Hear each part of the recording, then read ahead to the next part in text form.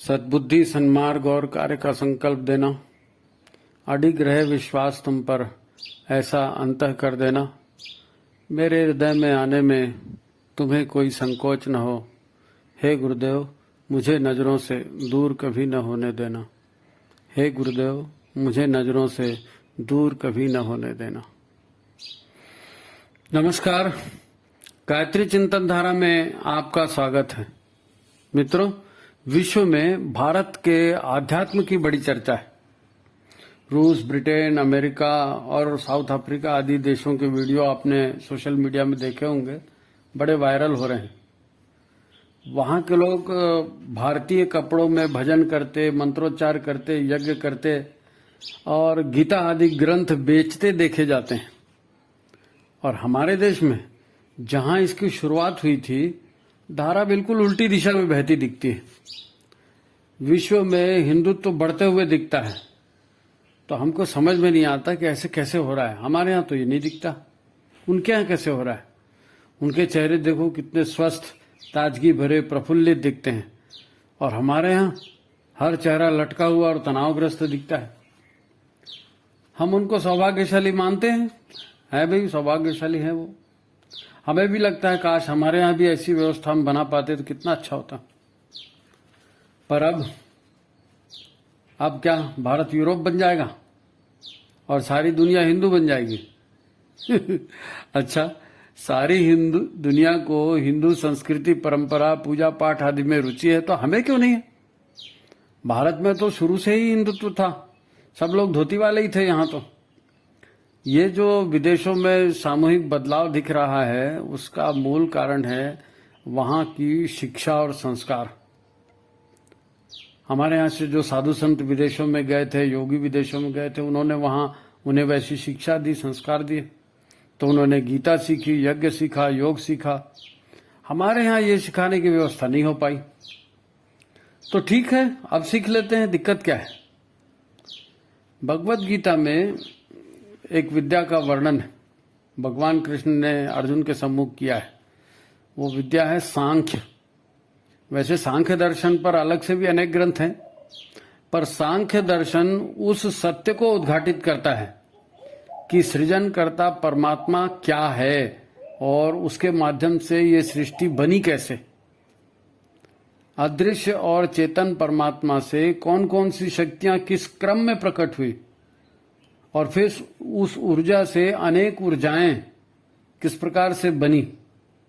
3 गुण बने, फिर अहंकार बना, पंचतत्व बने, और संपूर्ण ब्रह्मांड, ये ग्रह, नक्षत्र, तारे आदि सब कैसे बने, ये पूरा वर्णन उस सांख्य दर्शन में है। दूसरे शब्दों में कहे तो परमात्मा के ओरा से, परमात्मा ने खुद नहीं बनाया, उसके प्रभाव से, उसके ओरा से जो ओम के वाइब्रेशन बने, इस ओम के वाइब्रेशन में बड़ी शक्ति थी, इसे आदि शक्ति कहते हैं। और इसी आदि शक्ति से सत, रज, तम 3 गुण बने, फिर अहंकार बना, फिर अन्य ऊर्जाओं के तंत्र बनते चले गए, और फिर प्रकृति का ये वर्तमान तंत्र बना। जड़ और चेतन के कई तंत्र हमें इसमें दिखते हैं। हम यहां पदार्थ नहीं कह रहे हैं, तंत्र कह रहे हैं, तंत्र, क्योंकि हर जगह विधि व्यवस्था है, अटेंडम कुछ भी नहीं है, हर जगह सिस्टम है पूरा, और हर तंत्र उस परम शक्ति से संचालित है। कोई उसका करने वाला दिखता नहीं है। शक्ति से निर्माण या सृजन हुआ, और अहंकार जो बना उसके बाद, तो अहंकार से उसका स्वरूप तय हुआ। परंतु है ये सारे सिस्टम, और एक छोटे से छोटा परमाणु भी अकेला नहीं है, ऊर्जाओं का समन्वय है। परमाणु के भीतर भी तो ऊर्जा होती है ना, इलेक्ट्रॉन, प्रोटॉन, न्यूट्रॉन, ऊर्जा के कण है। अकेला कोई परमाणु, कोई अकेला चीज, अकेला कहीं नहीं है। अकेला एक तत्व जैसा कोई तत्व ही नहीं है। हर जगह या तो मेल फीमेल है, स्त्री पुरुष है, या फिर पॉजिटिव, निगेटिव, न्यूट्रल, इस तरह की चीजें। अकेला कुछ है, अकेला कुछ नहीं होता, अकेला कुछ चलता नहीं। तो हम भी अकेले अस्तित्व में नहीं हैं, हम भी उसी तंत्र का ही हिस्सा हैं। आज सब मैं मेरा कर रहे हैं, इसीलिए तो दुखी है, तंत्र टूट रहा है। कोई सबका नहीं सोच रहा है, अरे भाई, तुम किसी का नहीं सोचोगे, तुम किसी के नहीं बनोगे तो तुम्हारा कौन बनेगा? बिना दूसरे की मदद के तो तुम पैदा भी नहीं हो सकते थे। हमारी जिंदगी प्रकृति के बिना चलेगी कैसे? ये सिस्टम है, हम उस सिस्टम का एक हिस्सा हैं। ईश्वर से, प्रकृति से, दैवी शक्तियों या दैवी ऊर्जाओं से ये सारा तंत्र बना है और चल रहा है। हम तो मात्र उसकी एक छोटी सी इकाई हैं। वो परमात्मा चला रहा है तो हम चल रहे हैं। पैदा करने का सारा सिस्टम तो उसने बनाया है। तुम्हारे हिस्से में मेहनत करना भर है। फसल पैदा करना हो या बच्चे पैदा करना हो, बनाता तो वही है ना, हम थोड़ी बनाते हैं। हम सिर्फ उसके सिस्टम को तोड़ते हुए दिख रहे हैं। हम तोड़ रहे हैं और परेशानियां हमारी बढ़ रही हैं। उसका सिस्टम हमारे लिए था, अब वो टूट रहा है तो हम परेशान हो रहे हैं। वो जो लोग दिखते हैं, भजन गाते हैं, नृत्य करते हैं और संसार को भगवान कृष्ण का महारास कहते हैं कि ये संसार भगवान की लीला है और हम सब उनके ही गोप गोपियां हैं। वो खुशी खुशी मस्ती में जी रहे हैं ना, उनको देखकर हमें ईर्ष्या होती है। तो फिर तुम भी मिलकर जियो ना, भगवान के गीत गाओ, किसने रोका है? हर कर्तव्य को यही मानकर चलो कि ईश्वर ने ये काम तुम्हारे जिम्मे दिया है ताकि तुम्हारे माध्यम से सबका भला हो सके। ईश्वर का मानकर निस्वार्थ कर्म करना है तो लोग भी सहयोग करेंगे, फिर सहयोगियों का परिवार बनेगा, समाज भी बनेगा। दुष्प्रवृत्तियों से संघर्ष करना पड़ेगा क्योंकि दुष्प्रवृत्तियां विनाश का कारण है। परिवार बनेंगे तो विपरीत भी होगा ना, कुछ न कुछ। उन विपरीतताओं को नष्ट करना पड़ेगा, नहीं तो परिवार तंत्र नष्ट हो जाएगा। इसलिए दुष्प्रवृत्तियों से संघर्ष भी जरूरी है। इसके लिए सज्जनों को संगठित भी करना पड़ेगा। तब यही संभव है कि पूरी दुनिया तुम्हें अपना परिवार लगने लगे। ये संभव है क्योंकि तुम सबके हित में काम करोगे, सब तुम्हारे साथ जुड़ेंगे तो पूरी दुनिया एक परिवार बनेगी। भारतीय दर्शन तो कहता है कि पूरा सब कुछ एक ही है। एको ब्रह्मा द्वितीयो नास्ति, केवल ब्रह्म ही है ब्रह्मांड में, और कुछ है ही नहीं।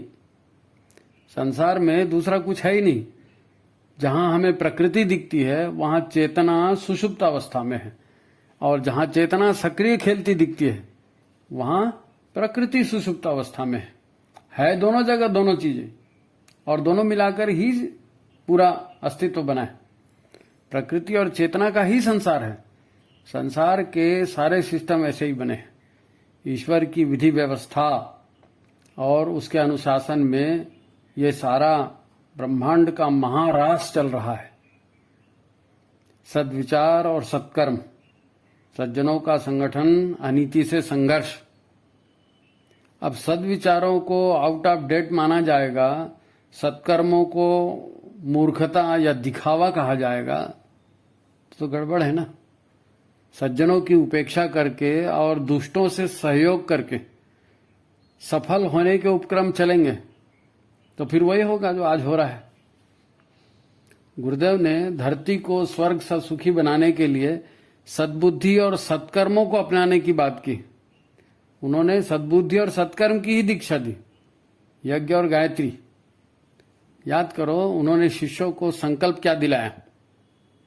हम ईश्वर को सर्वव्यापी और न्यायकारी मानकर उसके अनुशासन को अपने जीवन में उतारेंगे।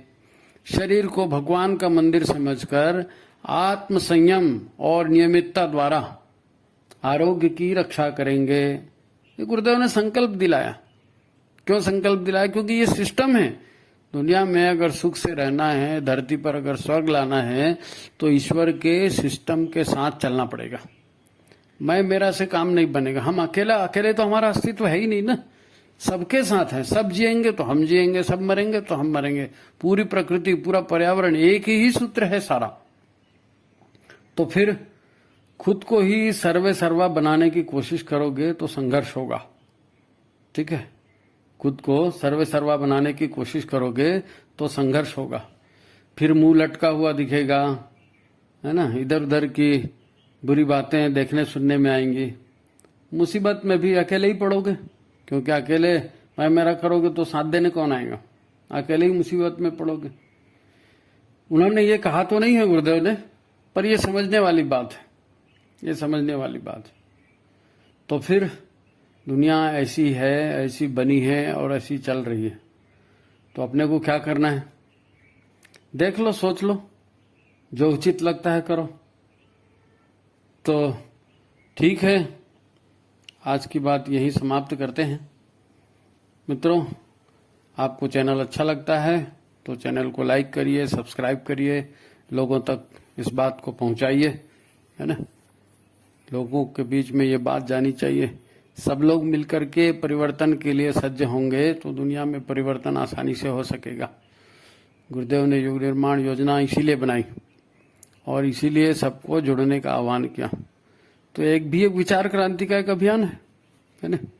तो लाइक करें, शेयर करें, यूट्यूब तभी इसको ऊपर उठाएगा।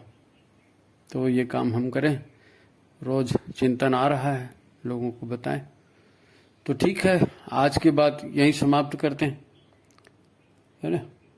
कैसे जिए ये हमारे ऊपर है, सारी परिस्थितियां हमारे सामने, सुख से रहना है तो वैसे जीना है। ठीक है, नमस्कार।